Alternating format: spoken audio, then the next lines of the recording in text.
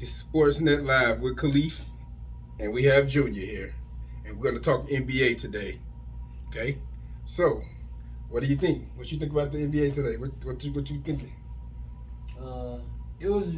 It's been pretty interesting over the off season. You know, you had a couple additions, uh, a little turmoil in terms of front office, but otherwise, it seems like it could be pretty much the same thing as last year, though. Yeah. What you think the Bulls gonna do? You think the Bulls gonna be pretty good this year? The Bulls, I really don't think they made that much significant improvements. Definitely not any key off-season additions, but Javon Carter's a good pickup. Um, Torrey Craig was a good pickup too. Torrey Craig was a good pickup, but Defensively, it's gonna be a better team. I don't think they're gonna be able to score points. yeah, defensively, They ain't gonna be able to score enough points. no, we could put up points. I know we. But based off this list you said, let's talk about it. Let's talk about the Eastern Conference, and then we'll move over to the Western Conference. You said you had Boston winning the division. I think they lost Marcus Smart. That was their best on-ball defender. I don't think they're going to be that good with Porzingis running the point. But you said you got them being number one. So Porzingis was a good addition, though. Derek White can hold his own at the point guard position. yeah, but losing Marcus Smart was very big. That's key. You just can't bounce back from that. Yeah, but with Robert Williams and Kristaps Porzingis in that front court, I don't really think you're putting up too many points on them in the paint. And taking shots. Defensively they're gonna be okay, but can they score enough points? That's gonna be the problem. You got Jason Tatum and Jaylen Brown. Yeah. They getting paid the big bucks for a reason. Well, I think they can put it up. Malcolm Brogdon off the bench. Okay. Peyton Pitchford. Pritchard? Yeah. Pritchard. Yeah. Okay. They should be all right. Yeah. All right. So then you got Milwaukee. You had Milwaukee at 2. Explain that. What you think about Milwaukee? You think Milwaukee gonna be able to hold it? Giannis gonna be healthy for the whole year? I actually think Milwaukee has something to prove after getting booted out the playoffs last year in the first round. So Milwaukee's gonna come back with a chip on their shoulder. Definitely. They went out in the first round? They went out in the first round. I'm pretty sure. Cool. Didn't Giannis get injured? He did. They went out in the first round. I thought it was the went second out round. It was the second round because they played Jimmy Butler and Jimmy Butler beat him. Oh, okay. Yeah. Okay, so you have Philadelphia at 3. Philadelphia, yeah. That's a wild card. I don't know about Philadelphia right now because James Harden, it really depends on which James Harden you get. If his head is in the game, it really depends. I'll give you that. But as we know, one of the best playmakers in the league, James Harden, you go running the pick and roll with yours truly, the reigning MVP, Joel Embiid. It's a match made in heaven. I don't know how you can stop it. There is no way to stop it. Joel Embiid is a force to be reckoned with. Yeah. Offensively and defensively. If he can stay healthy. He can stay healthy. He can get there. If he can stay healthy, because that guy during the season, good things can happen. Okay, well, I mean, you say that, but I mean, hey, they still got to show it. They still got to play. Yeah. But you got Miami. You got Miami next on the list. Miami. I thought you had Miami kind of low. You kind of did them in for a team that went to the finals, but yeah, for a team that went to the finals, you know, they're used to being the underdogs and they keep overachieving. You know, time after time, though, you got experience in the finals. You got to really start to back that up. Yeah. Once you back that up, I think Bam and Jimmy Butler, though, they pretty much proven themselves this year. They really did. Yeah, they all. Now I thought they did lose some key shooters. They lost some shooters this year, so yeah, I really don't know. Matt Strus, they lost him. Where did he go? I forgot what team it was. He lost, but they lost him, and I don't think that's gonna really work. Yeah, but they got some key additions. You know, when Tyler Hero gets back and they get in their groove, they should be something to be talked about. Of course, I'm not worried about Miami. But you got the Knicks. You got the Knicks coming up next. Explain that, please. I actually like that Knicks unit. Jalen Brunson, Julius Randle, Mitchell Robinson, and R.J. Barrett. I like that young core. That young core can get it done. They can run up and down the floor, and they can run you out the gym. You don't think it's a little too high? I don't know. We really wouldn't know. It's too soon to tell right now. But that Knicks unit is exciting and they're fun to watch. So we could just tune in and wait to see how that actually plays out. Okay. I'm not going to really say anything about it yet because, like you said, it's too early to tell. But I just think the Knicks, the last couple of years, they've been overachieving. They have. Yeah. But and now the expectations and the bar is set a little bit higher for New York. MSG has butts and seats now because these young guys are out here doing what they have to do. Okay, well, it's interesting. Yeah. You got the Cavaliers coming next, Cleveland Cavaliers. The Cleveland Cavaliers, I wanted them to be higher, but I don't know. The East is looking pretty nice. Hey, Donovan Mitchell's a dog, though. He's a dog. Yeah, I wanted them to be higher, though. I really want to see what they could do. Because I was actually paying attention to the Cleveland Cavaliers in the Summer League, and I'm really liking that Summer League team, so I know it's going to translate over. The energy is going to translate over to the NBA this season. Yeah. So I like to see what they're doing. They're young guys with their original core. It should be fun to watch. Atlanta Hawks. Now, see, with the Atlanta Hawks, they got DeJounte Murray and Trae Young. That looked like they didn't work last year. Yeah. That backcourt didn't work. I really don't know about that. We will see. You may have them too high. Give them some chemistry. You may have them too high on that list, brother. Trae Young always amazes, though. Like, there's nothing that one of the smallest guards in the league can't do. Trae Young always amazes. Okay, you have the Pacers over the Bulls? I never wanted to, but like I said. So you mean to tell me Zach LaVine, okay, DeMar DeRozan, Vooch, and then you got the key additions of Carter and what's the other guy's name? What's his name? Who? Torrey Craig? Torrey Craig. Uh-huh. You don't think? But So not enough? Probably not enough. I'm looking at Tyrese Halliburton. He's a dog. I give you that. But other than that, who else they got on their squad? Let's go. Miles Turner. They got Buddy Hield, Benedict Mathurin. They got some pretty key additions on their team too. I don't think they're gonna be better than the Bulls though. I don't know. That's young guns out there running and gunning. I'm trying to tell you. Okay, so you basically got the Bulls as a playing team. Probably a playing team. Okay.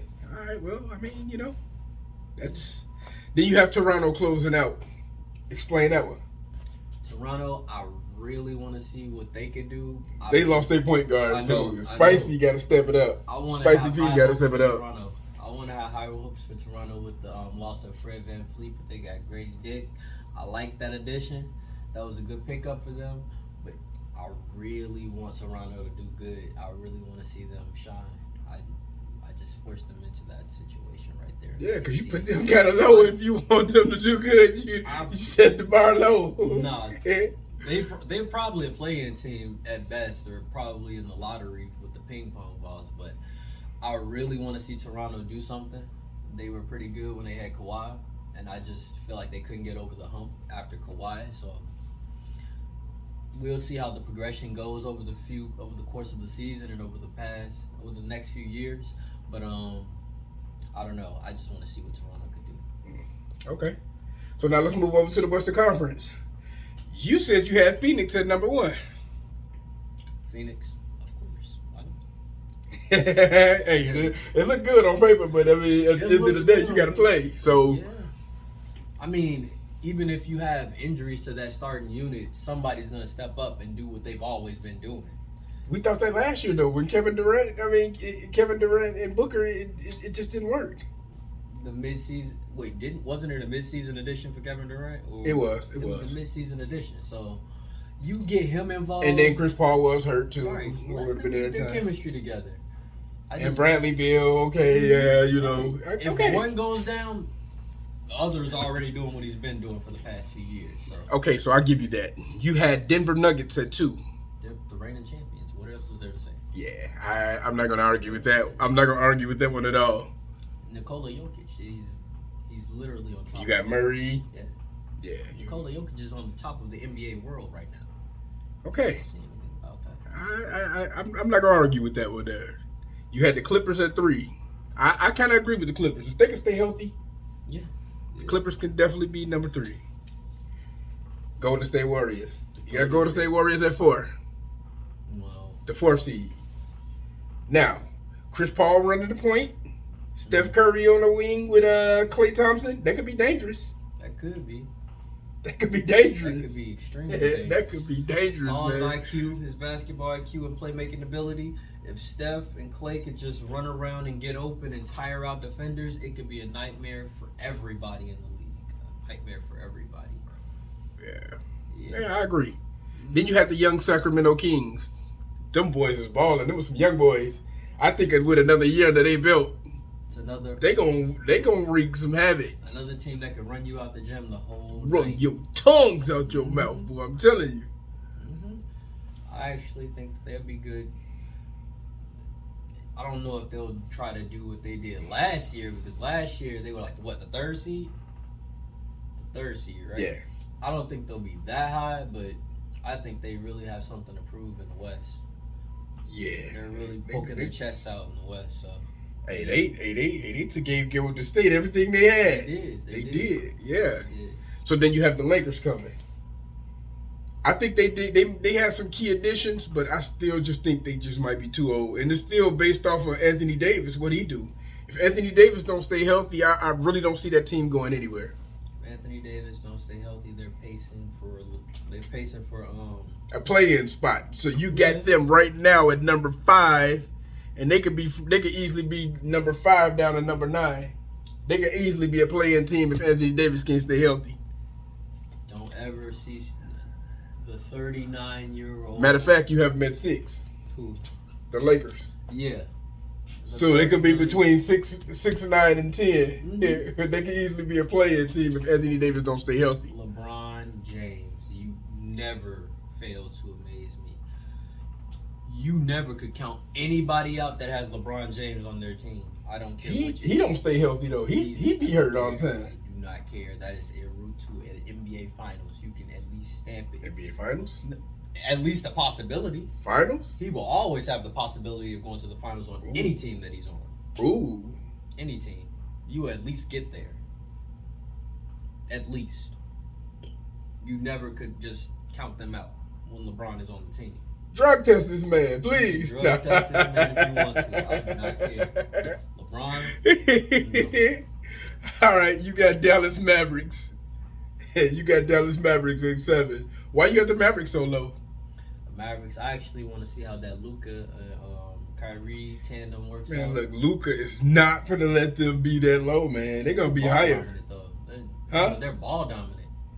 That just like you said, the Kyrie trade was the Kevin Durant trade was in mid-season. Yeah. This was a mid-season trade as well. This was a mid-season trade. So you can't count them out, then, brother. It was a couple of games I see where they just ran up the stat sheet, ran up the scoring sheet, but nobody else did anything. I want to say, Yeah, they can score points, but they can't play no defense. That's Yeah. their only problem. That's the only problem I have with them. And the Grizzlies, you got the Grizzlies coming up next. The only reason why I agree with you with the Grizzlies being kind of low is because Ja Morant is suspended for majority of the first half of the season. He got a nice little chunk. I think he's suspended for 28 games. yeah, that's gonna hurt them. That'll hurt. That'll hurt.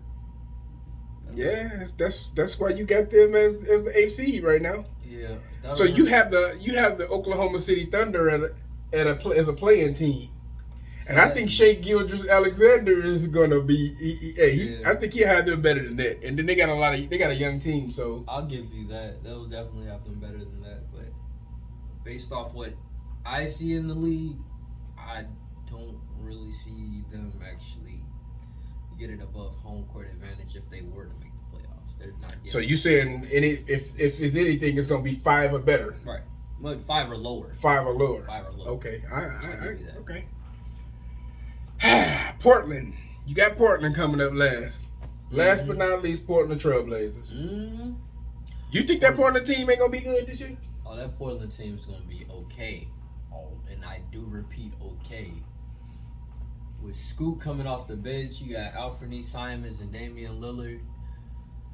Damian Lillard is coming off a bunch of trade rumors. I know it's not going to do anything. You don't think he's gonna get traded?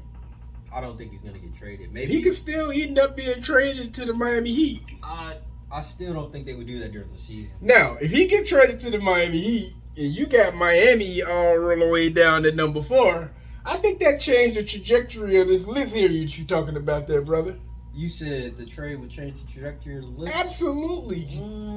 You put Damian Lillard on Miami, you think they're going to still be number 4? With the team that they have?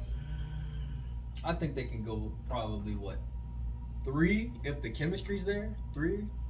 Maybe. So you swapping Philly with Miami? Yeah. That's it? Yeah. Who? You think they can get ahead of Boston? I absolutely think they can get ahead of Boston. I actually think they can get ahead of Milwaukee too. Giannis' injury history is really not saying much.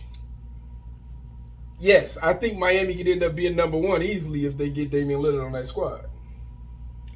Oh yeah, it's a possibility, but let the chemistry flow. I say next season. If they get him this season, next season definitely a lock in for number 1. Okay, I give you that. Okay. So who you got winning the NBA Finals?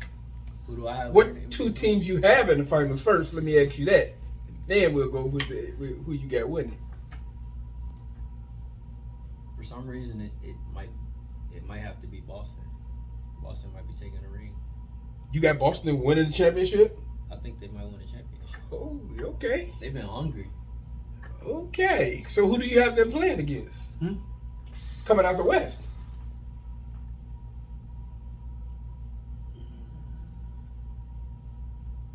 Right. It's not as easy as you think. Not as easy, but I'll say Suns, perhaps? It gotta be the Phoenix. So you got Boston Celtics. I say Boston. So you got Boston beating the Suns. Yeah. All right. Yeah. You have it. This is the same guy that said Dwight Howard was a first ballot Hall of Famer. So he's going to the Hall of Fame just off of Orlando. First ballot though? First ballot. That was a force to be reckoned with back then. He could have got an MVP. You know how many years ago that was? Yeah.